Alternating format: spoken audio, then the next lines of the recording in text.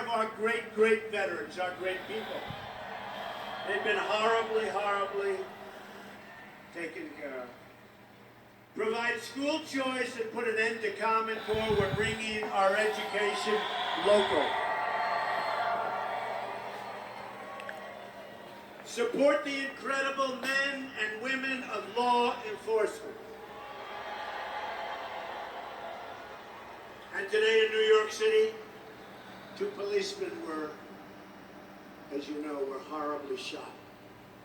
It goes on and on and on.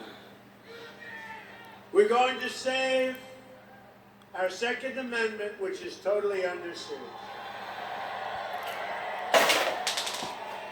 And appoint justices to the United